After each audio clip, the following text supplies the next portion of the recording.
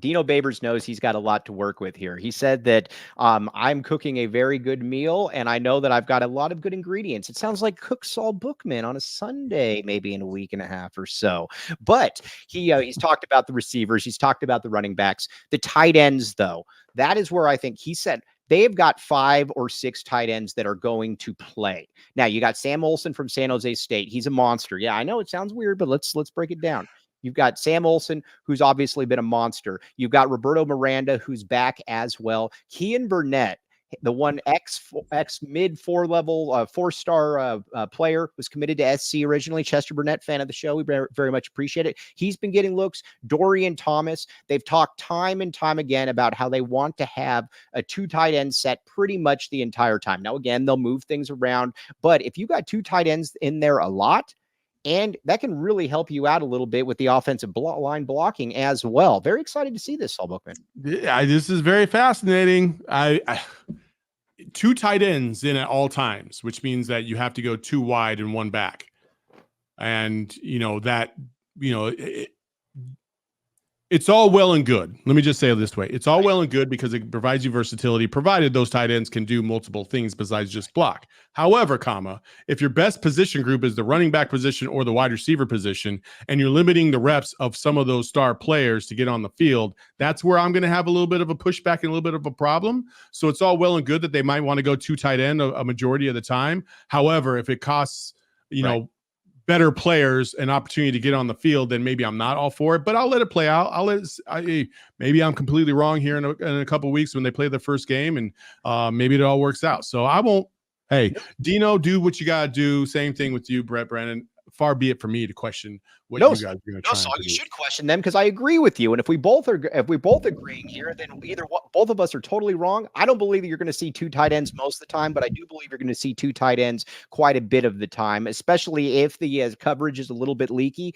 The blocking is a little bit leaky. One thing though I want to talk about though is Keian Burnett. He has been a lot of people, it feels like it was 10 years ago that he came here as the second most highly rated kid out of all the Servite players. It wasn't Jacob Manu. It wasn't Noah Fifita. It was Keian Burnett. It was a fringe top 100 kid committed to USC. It took him a while, but all camp, he has looked absolutely different than everybody else out there. And you can kind of see why he was thought of as a high 4-star kid. Now, again, he's a junior, and his father's made this point. His father's been on the show before. You got to remember, this is somebody that never had a tight end coach in high school. He was essentially just getting by off of, his physical nature. And Chester, I asked him, I said, Chester, you played in the NFL. And he's like, I don't know anything about the tight end position. And so he said, I'm going to let the coaches figure that one out. Sometimes it takes guys a little bit longer, but I will say this. If there's anybody in this group that's going to play in the NFL, I believe it's going to be Keian Burnett. I look for a monster season or 2, perhaps, out of Keian Burnett. Again, I like seeing guys that are kind of forgotten about it and they show up and like, oh, just totally forgot about Keian Burnett. I mean, he's been getting a lot of love all camp for sure. The last couple of days, especially once they started camp. So, yeah, I'm interested to see how he's going to perform. He has the model in front of him from McLaughlin last year, and so he knows exactly what's going to be expected, not only from a blocking perspective, but also from a pass catching perspective. Because if you're going to have 2 tight ends, one of them's got to be versatile enough to be a threat down the field. You can't just have 2 tight ends because you're just like, why not? No.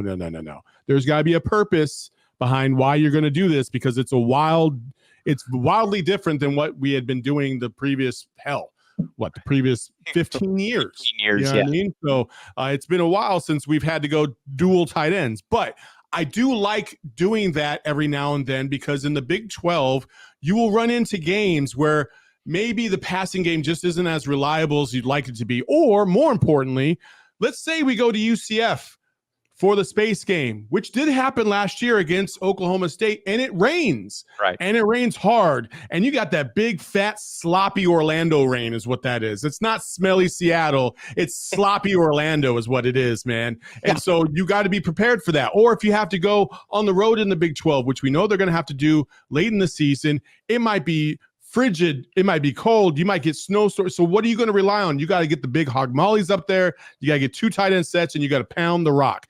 That's what they're going to try and do. So getting themselves set up for that now to prepare for later, I'm okay with that. And elephants. Yeah, elephants. My bad.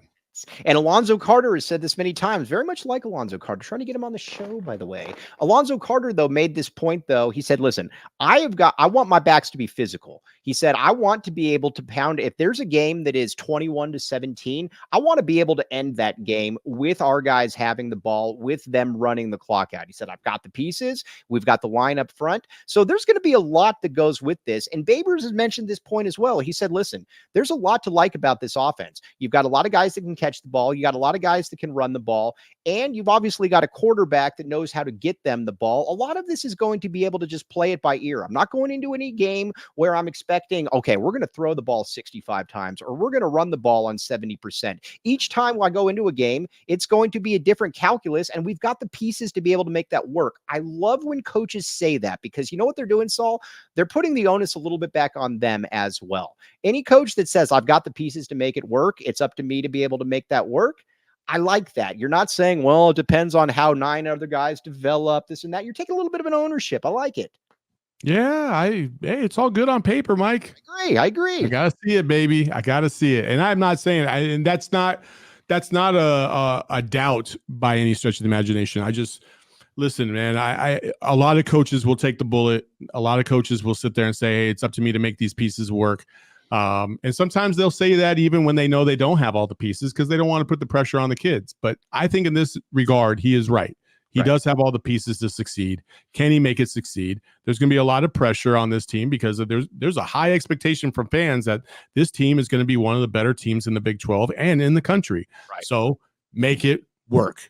Okay, now Tony Jones, the great Tony Jones, father of AJ Jones, in the chat. Tony, your son made a massive play towards the end of the indoor practice yesterday, caught a 70-yard bomb. I thought of you immediately, the great Tony.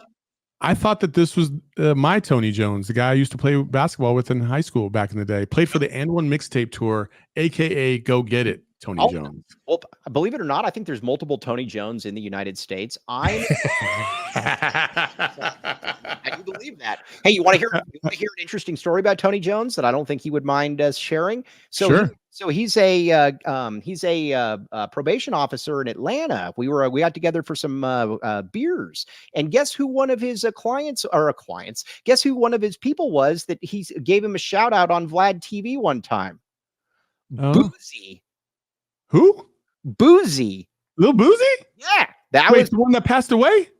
No, the guy that's always the guy that always is saying a bunch of stuff. He's got like the flat top hair. He's got like yeah. Why was I thinking of the kid that passed away that has the little monument out front of that one club by your house? Oh no, that's Little Peep. Oh yeah, okay, I got you. Yeah, I got you. I know who Boozy is. Gotcha. But again, that was his and Boozy gives Tony Jones a shout out on one of his interviews right there. We did not know about this. Very, very cool. Yeah, no, it's very, very cool stuff to see. Okay, now, Speedy Luke, fam, you can definitely see that they are trying to, you're trying to see how they can work everything around with him. They're using him in a lot of screen passes. They've got him doing kick returns. They're going to try to use him in a variety of different ways. I love that. I love a coaching staff that knows I've got a player here. We got to try to get him on the field. I say yes to fam. What say you? I'm not trying to see fam redshirt again. I'm not trying to. I need some more fam minutes, man. I really do. I need to see Speedy out there getting an actual legit shot at performing on the big stage. Like I'm tired of these 2 or 3 touches a game every now and then.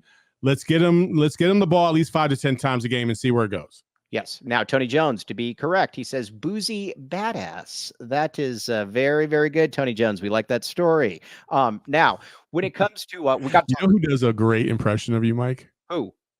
Eric Ruby. I've been. He does a really good one. It's really good.